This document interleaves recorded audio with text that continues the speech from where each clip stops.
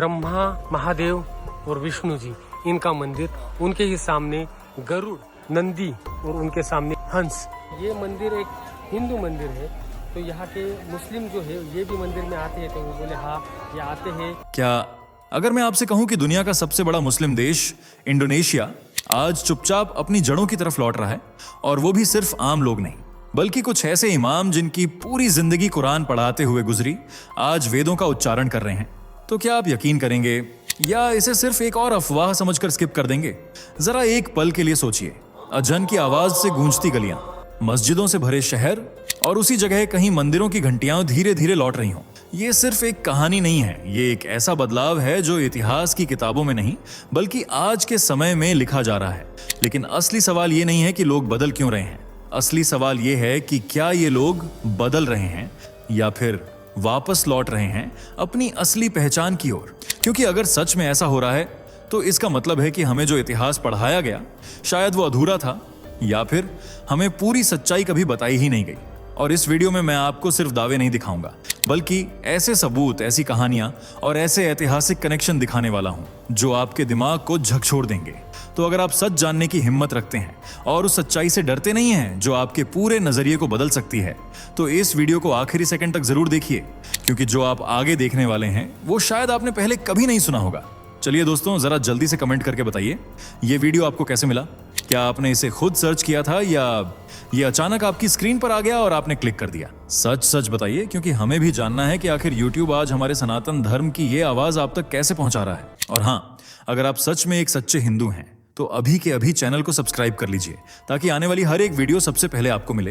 Video को like करना मत भूलना ताकि दुनिया को दिखाया जा सके कि सनातन की शक्ति अभी जिंदा है। तो चलिए बिना वक्त गंवाए बढ़ते हैं वीडियो में आगे। क्या सच में इंडोनेशिया में पहले हिंदू धर्म का बोलबाला था? क्यों आज मुसलमान फिर से सनातन की ओर रुख कर रहे हैं? वे कौन से सबूत हैं जो इस बात की गवाही देते हैं कि इंडोनेशिया में पहले सनातन धर्म ही था? कैसे सूफी संतों ने अपने मीठे लहजे से यहाँ इस्लाम को फैलाया? अगर आप भी जानना चाहते हैं इन सवालों के जवाब, तो वीडियो के लास्ट तक बने रहें। दक्षिण पूर्व एशिया और ओशिनिया, हिंद और प्रशांत महासागर के बीच स्थित एक विशाल द्वीपीय देश है इंडोनेशिया, जो भूमध्य रेखा पर मौजूद दुनिया का सबसे बड़ा द्वीप समूह है, जिसमें लगभग 17,508 आइलैंड शामिल हैं। जबकि आबादी की बात करें तो इंडोनेशिया की टोटल पॉपुलेशन करीब 28.3 से 28.5 करोड़ के आसपास है, जो इसे दुनिया का चौथा सबसे ज्यादा आबादी वाला देश बनाती है। इस आबादी में आपको करीब 24 करोड़ लोग सिर्फ मुसलमान ही देखने को मिलेंगे, जो कुल पॉपुलेशन का लगभग 87 से 88% है। इसी वजह से इंडोनेशिया को एक मुस्लिम कंट्री के तौर पर जाना जाता है, जहां के पुरुष मस्जिदों में 5 वक्त की नमाज अदा करते हैं और महिलाएं हिजाब को अपने धर्म का प्रतीक मानती हैं। ईद उल फितर यहाँ का सबसे बड़ा त्योहार है, जिसे लेबारन कहा जाता है। इस दौरान लोग अपने पूर्वजों की कब्रों पर जाते हैं और बड़ों का आशीर्वाद लेते हैं। साथ ही नहदातुल उलमा और मोहम्मदिया जैसे संगठन शिक्षा, स्वास्थ्य और समाज सेवा के जरिए इस्लामी मूल्यों का प्रचार करते हैं। आपको इंडोनेशिया की हर गली में एक न एक मस्जिद तो देखने को मिल ही जाएगी, क्योंकि यह दुनिया का सबसे ज्यादा मस्जिदों वाला देश है। बता दें, इंडोनेशिया में लगभग 8 लाख मस्जिदें हैं।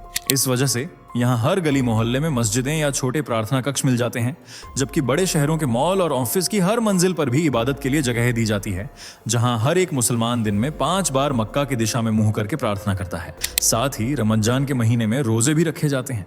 यहाँ इस्लाम केवल इबादत तक सीमित नहीं है, बल्कि यह जीवन जीने का एक तरीका भी है। लोग खाने पीने में हलाल चीजों को ही चुनते हैं और शराब जैसी हराम चीजों से दूर रहते हैं। इसके अलावा धार्मिक शिक्षा के लिए बच्चे मदरसों या इस्लामी बोर्डिंग स्कूल में जाते हैं, जहां वे कुरान और इस्लामिक शिक्षा लेते हैं। इन सब बातों से आप अंदाजा लगा सकते हैं कि इंडोनेशिया में इस्लाम का कितना दबदबा है।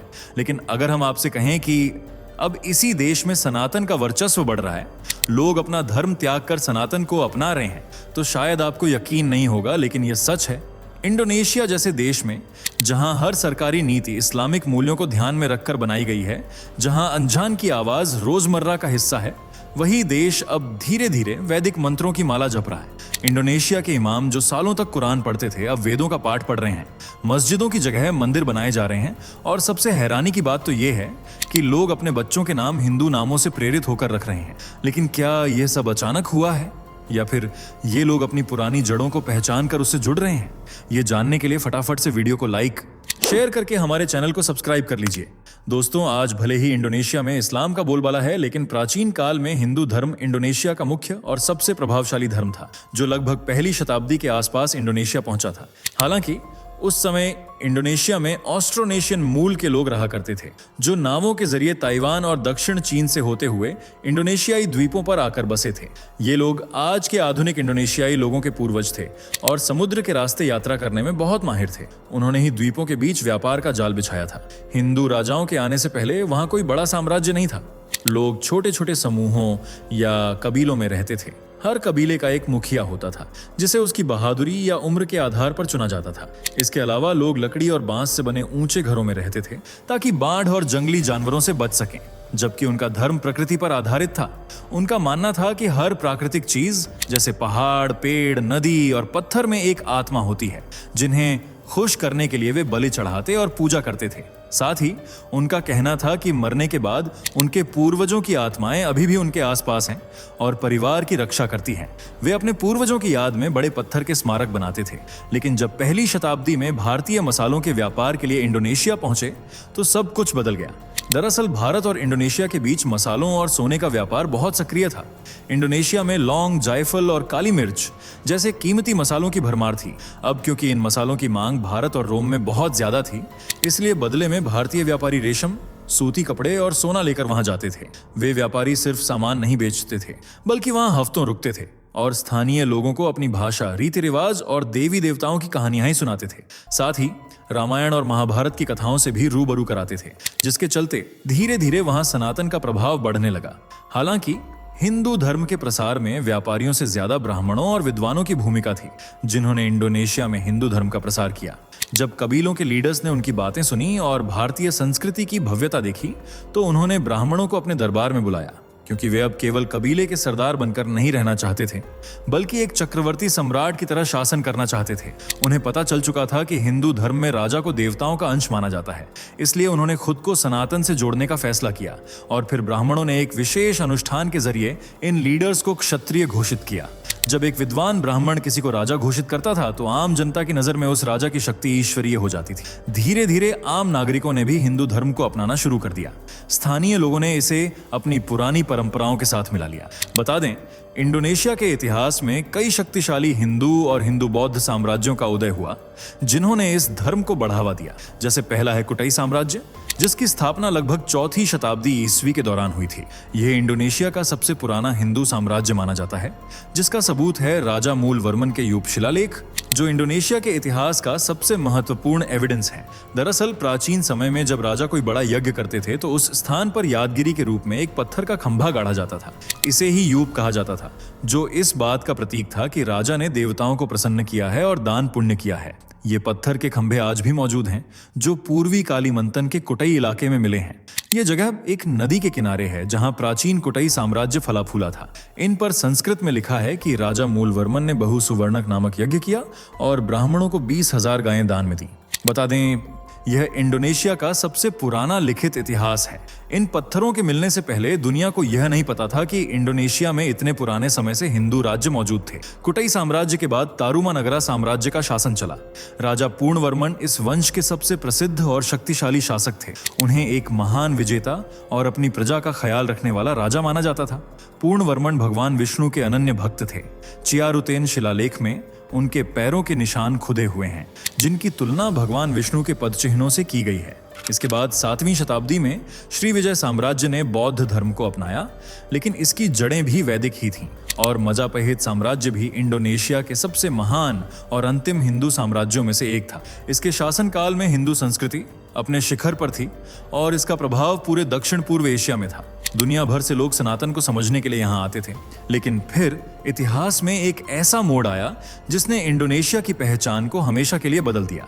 दरअसल 13वीं शताब्दी के आसपास अरब और फारस से मुस्लिम व्यापारी मसालों के व्यापार के लिए इंडोनेशिया के तटों पर आने लगे। उनके पास सिर्फ मसाले नहीं थे, बल्कि एक नई धार्मिक विचारधारा थी। उन्होंने अपने व्यवहार और शांत लहजे से इंडोनेशिया में अपनी जगह बना ली और स्थानीय कबीलों के लीडर्स और राजाओं की बेटियों से शादियां कर लीं, जिससे राज दरबारों में इस्लाम का प्रभाव बढ़ गया।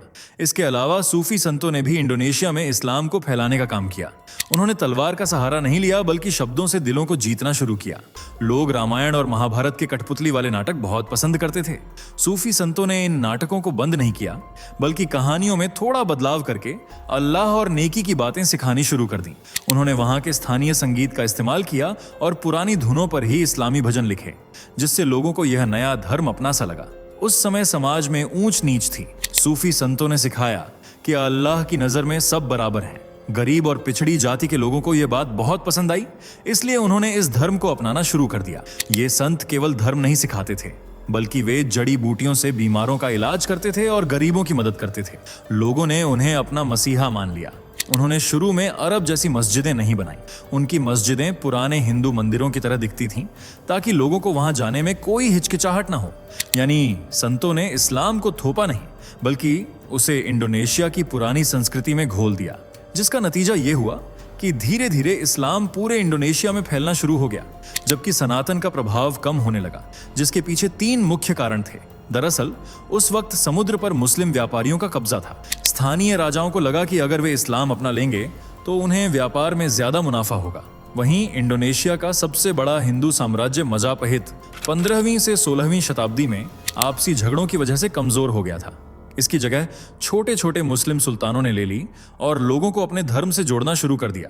हालांकि जब जावा द्वीप पर मुस्लिम शासकों का प्रभाव बढ़ा, तो वहां के हिंदू विद्वान, कलाकार और पुजारी अपनी संस्कृति बचाने के लिए बाली द्वीप पर चले गए। इसी वजह से आज भी बाली हिंदू बना हुआ है, जबकि बाकी इंडोनेशिया मुस्लिम बहुल हो गया। भले ही लोगों ने धर्म बदल लिया, लेकिन उन्होंने अपनी हिंदू जड़ों को नहीं छोड़ा। वहां के मुसलमानों के नाम हिंदू जैसे होते हैं, जैसे सुकर्णो या विष्णु। इसके अलावा वे रामायण और महाभारत को अपनी संस्कृति का हिस्सा मानते हैं और उनकी राष्ट्रीय एयरलाइंस का नाम भी गरुड़ है और उनका राष्ट्रीय प्रतीक भी गरुड़ पंचशील है, जो भगवान विष्णु का वाहन है। आज इंडोनेशिया में हिंदुओं की संख्या लगभग 42 लाख से 47 लाख के बीच है, जबकि पिछले कुछ सालों में कई लोगों ने इस्लाम को छोड़कर सनातन में फिर से वापसी की है। जी हाँ, सही सुना आपने। पिछले 2 दशकों में लगभग 1 लाख लोगों ने आधिकारिक तौर पर इस्लाम से हिंदू धर्म में वापसी की, जिसमें इंडोनेशिया के संस्थापक राष्ट्रपति सुकर्णो की बेटी सुकमावती सुकर्णो पुत्री भी हैं, जिन्होंने हिंदू धर्म को अपनाया है। आज भी इंडोनेशिया की संस्कृति पर हिंदू धर्म की गहरी छाप है, जिसका सबसे बड़ा उदाहरण है प्रम्बानन मंदिर। जावा में स्थित यह दक्षिण पूर्व एशिया के सबसे बड़े हिंदू मंदिर परिसरों में से एक है, जो भगवान शिव, विष्णु और ब्रह्मा को समर्पित है। इसके अलावा इंडोनेशियाई भाषा में हजारों शब्द संस्कृत से लिए गए हैं। रामायण और महाभारत आज भी यहाँ के कठपुतली नाटक और नृत्यों का मुख्य आधार है, जबकि कंडी, सुकुह और चेतो ऐसे मंदिर हैं जो महाभारत के भीम और अन्य हिंदू देवताओं को समर्पित हैं। इनकी बनावट अमरनाथ या माया सभ्यता के पिरामिडों जैसी दिखती है। वहीं काकाविन रामायण जावा की प्राचीन भाषा में लिखी गई रामायण है, जो यह साबित करती है कि सदियों पहले वहां के कवियों ने वाल्मीकि रामायण को अपना लिया था। आज की आधुनिक इंडोनेशियाई भाषा में हजारों शब्द संस्कृत के हैं, जैसे सूर्यकांता, लेंस, पुस्तका, किताब, अगामा, धर्म, देवा, देवता और वनिता, महिला। इंडोनेशिया के 20,000 के नोट पर भगवान गणेश की तस्वीर का होना इस बात का सबसे बड़ा सबूत है कि वे अपनी हिंदू जड़ों का कितना सम्मान करते हैं। तो दोस्तों, आपको क्या लगता है, क्या सच में इंडोनेशिया पहले हिंदू देश था? अपनी राय कमेंट में बताइए। वीडियो को लाइक, शेयर करके हमारे चैनल को सब्सक्राइब कर लीजिए। मिलते हैं अगली वीडियो में, तब तक के लिए बाय बाय।